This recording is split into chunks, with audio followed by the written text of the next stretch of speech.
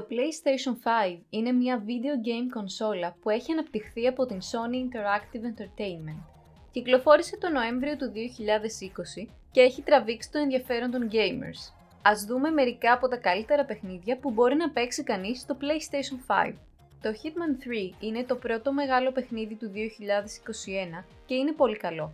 Κυκλοφόρησε τον Ιανουάριο και συμπληρώνει την τριλογία World of Assassination. Το πρώτο παιχνίδι της τριλογίας Hitman κυκλοφόρησε το 2016 και το δεύτερο Hitman 2 το 2018. Το νέο Hitman 3 έλαβε βαθμολογία 9 στα 10 από το αμερικανικό site GameSpot που ασχολείται με video games.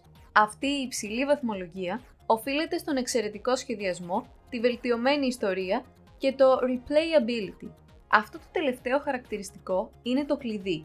Οι gamers πρέπει να παίζουν κάθε επίπεδο ξανά και ξανά για να δουν όλους τους τρόπους με τους οποίους ο Agent 47, ο πρωταγωνιστής του video game franchise, μπορεί να απαλλαγεί από τους κακούς. Το παιχνίδι είναι διαθέσιμο τόσο στο PlayStation 4 όσο και στο PlayStation 5, καθώς και σε πολλές άλλες κονσόλες, αλλά η έκδοση PlayStation 5 διαθέτει 4K, 60 frames per second gameplay και βελτιωμένο haptic feedback χάρη στο DualSense controller. Το δεύτερο παιχνίδι είναι το Demon Souls, ένα action role-playing game από τη From Software, το οποίο κυκλοφόρησε πρώτη φορά το 2009. Ακόμη και τώρα όμως το παιχνίδι εξακολουθεί να είναι εξαιρετικά δημοφιλές και είναι αναμφισβήτητα ένα από τα καλύτερα παιχνίδια στο PlayStation 5. Έχει λάβει βαθμολογία 92 από το Metacritic και 9 στα 10 από το GameSpot.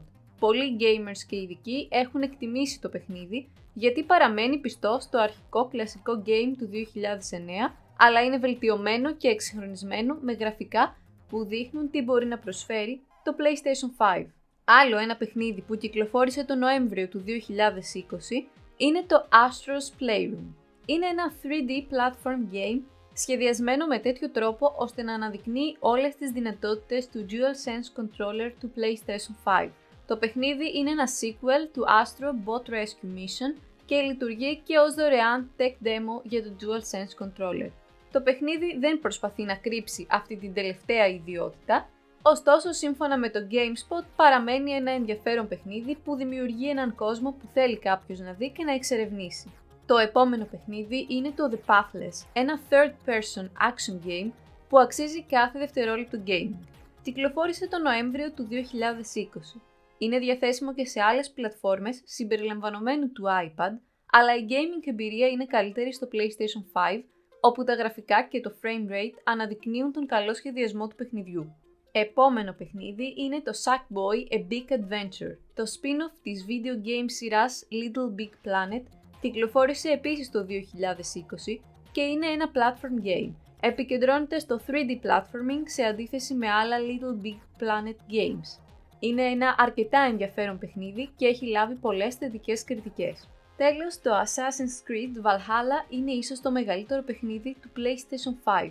Είναι ένα action role-playing game, μέρος της δημοφιλούς video game σειράς Assassin's Creed.